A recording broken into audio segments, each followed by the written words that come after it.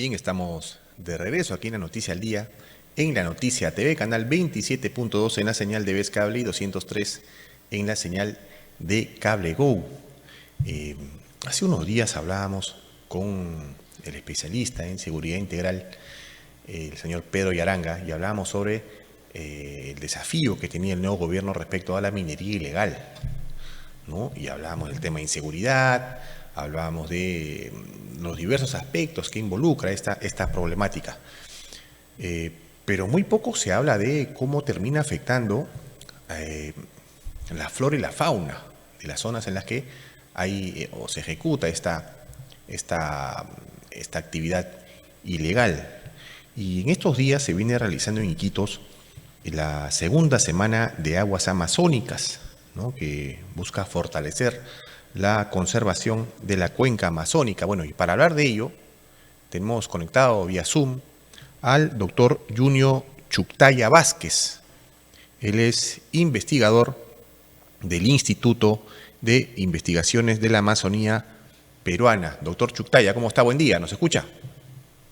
Muy buenos días, ¿me escuchan muy bien ustedes? Sí, nos gustaría que si puede prender la cámara nos ayudaría bastante. Como señalábamos, doctor, Sí. esta semana se viene desarrollando esta, esta segunda semana de aguas amazónicas, ¿no? Y como mencionábamos también, ¿no? Se habla mucho de minería ilegal, de cómo golpea la economía, cómo golpea las zonas respecto a seguridad, pero en materia de flora y fauna, y centrémonos en la Amazonía, ¿de qué manera ha venido golpeando esta actividad ilegal en nuestro país? Bueno, realmente en esta semana se está desarrollando la segunda semana de la Alianza Aguas Amazónicas. Es una alianza que involucra a más de 30 socios e instituciones que investigan la Amazonía a lo largo de toda la cuenca, en que involucra 5 países, Perú, Brasil, Colombia, Ecuador, y su principal objetivo es los paisajes fluviales, la Amazonía y el estado de conservación y cómo estos deberían estar conectadas. Y eso involucra que hay varios estudios que están desarrollando y evaluando el impacto que las actividades antrópicas generan a la biodiversidad de estos paisajes.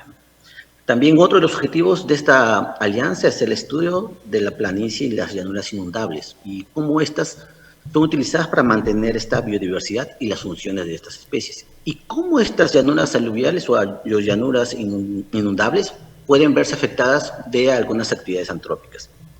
Y otro punto importante que en esta alianza, que en esta semana se está discutiendo, son sobre las poblaciones de peces y pesquerías comerciales que se sostengan, ¿no?, durante todo el tiempo. Entonces, el enfoque también ha sido estudiar los bagres migratorios, que son unos indicadores de conectividad. Entonces, conocer la biodiversidad, conocer los hábitats, nos permite saber qué impactos pueden generar estas actividades antrópicas, ¿no? Y si bien en toda la cuenca podemos encontrar diferentes impactos, minería, deforestación, sobre explotación de peces. Entonces, todas esas temáticas también están siendo discutidas y están siéndose analizadas por los diferentes expertos, ¿no? Y estas actividades de deforestación y minería, eh, se podría afirmar que ha venido afectando en número de especies en nuestras cuencas. Sí, actualmente dentro de la alianza hay varios socios que están investigando esta temática y en esta oportunidad estamos mostrando algunos resultados preliminares, pero también hay socios que están proponiendo índices de integridad ecológica para ver cómo estos están afectando no solo a los peces, sino a la cuenca y a las poblaciones. También se están viendo grupos de socios que están evaluando las poblaciones de peces, principalmente bagres migratorios, cómo podrían verse los bagres migratorios afectados por esa fragmentación que está ocurriendo en los ríos, ¿no? Entonces, realmente la alianza en esta semana discute todas estas temáticas y lo que busca es dar las oportunidades de colaboración entre instituciones, ver qué oportunidades tenemos instituciones de Perú, colaborar con socios de Brasil, Colombia, y Ecuador y Bolivia, y ver cómo podemos no solo enfocar los impactos a través solo de una cuenca, sino a nivel de toda la cuenca amazónica, ¿no? Claro, y estas problemáticas que tienen estos países que usted menciona, ¿son iguales? Digamos, hay muchas que tienen quizás enfrentan los mismos problemas, pero su realidad es similar. Sí, en este caso, no. Por ejemplo, la zona de Perú o la zona más de Colombia y Ecuador, que involucra las zonas donde los peces desovan, los bagres migratorios desovan, los impactos están más relacionados a fragmentación como represas, minería, ¿no? Ahora, las partes más bajas, donde es el lugar donde los peces se alimentan y crecen, principalmente los bagres migratorios, que es el enfoque de esta semana, ¿no? El estudio de bagres migratorios, sobre el plan de acción también de los bagres migratorios, tienen otro tipo de impactos que también sí, analizando de toda Cuenca, todas las áreas se ven impactadas, pero el impacto principal de las zonas bajas es sobreexplotación, de repente más contaminación y otras temáticas que se están analizando, ¿no? Y usted mencionaba que también este tema de minería ilegal y tal ilegal no solamente afecta a la fauna, sino también a las comunidades. Y muchas de estas comunidades viven de la pesca, ¿no? de su propia agricultura. ¿Tienen más o menos ustedes mapeado de qué manera ha venido afectando también a estas comunidades? Sí, bueno, dentro de los socios hay varios grupos que investigan diferentes temáticas. Hay algunos que investigan un incremento de concentración de mercurio en los peces. También hay otros socios que están estudiando cómo se está incrementando el mercurio en las personas.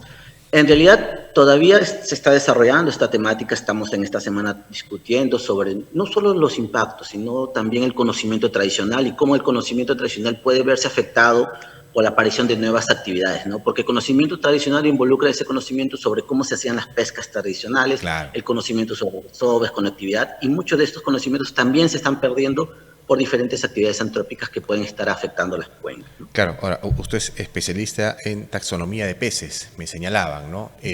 Y me mencionaba también que se detecta mercurio en los peces. Eso entiendo que es por producto de esta actividad minera ilegal. Que, cuando se detecta este tipo de contaminación, ¿de qué manera también termina afectando a quien pueda consumir estos peces?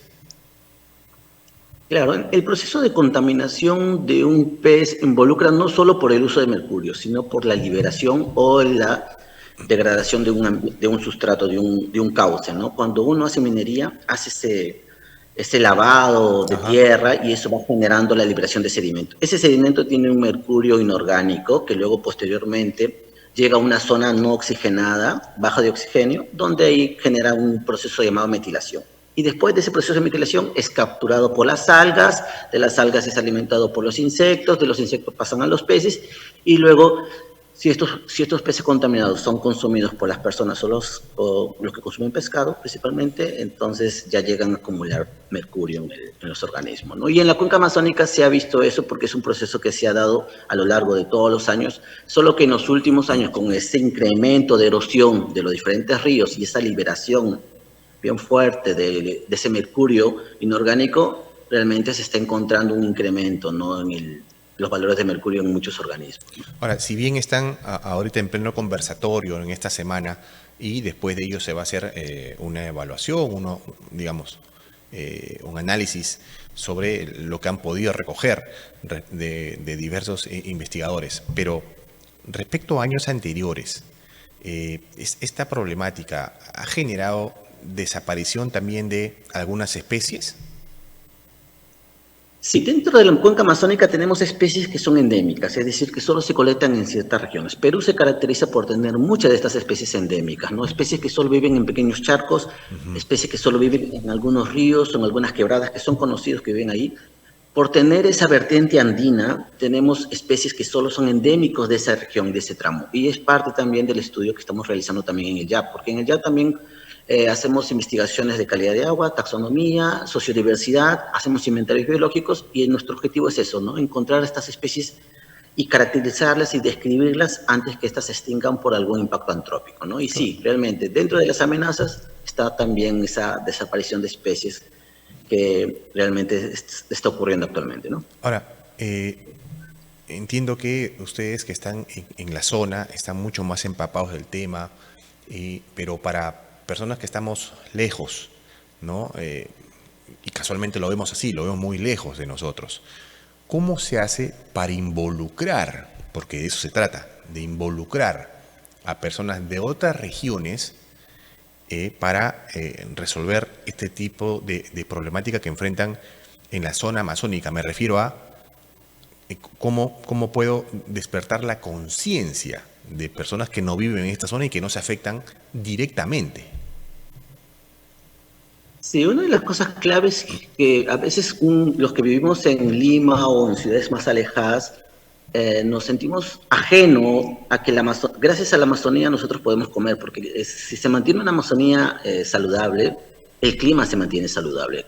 Las condiciones amazónicas, el clima amazónico garantiza esa estabilidad de clima que va a favorecer a los cultivos, a la economía, ¿no? Porque realmente una Amazonía impactada con bastante plástico, con bastante contaminación, indirectamente va a afectar a la agricultura, va a afectar a la pesquería, va a afectar a la economía de las poblaciones, ¿no? Y también un poco al conocimiento cultural que a veces siempre nosotros no los consideramos. Pero existe tanto conocimiento cultural de medicinas naturales, del uso de pesquería, de pez, biología. A veces los mismos pescadores y los mismos nativos conocen tanto de la biología y eso cada vez se está perdiendo con todo este impacto que actualmente está sufriendo la cuenca amazónica, ¿no? Y entiendo que en el IAP trabajan directamente con las comunidades para conocer la problemática mucho más a fondo, entiendo, ¿no? Sí, aquí dentro del IAP nosotros trabajamos por círculos de investigación. Y uno de los círculos que se encarga de conocer y valorizar ese conocimiento tradicional es el círculo de sociodiversidad, ¿no? Entonces, con este círculo se hacen inventarios biológicos, inventarios culturales, y se trata de rescatar este conocimiento y valorizar y traer a luz este conocimiento que cada vez se está perdiendo, ¿no? ¿Y cuál es la recepción que tienen de parte de las comunidades cuando ustedes los visitan? Digamos, ¿los miran con recelo de repente?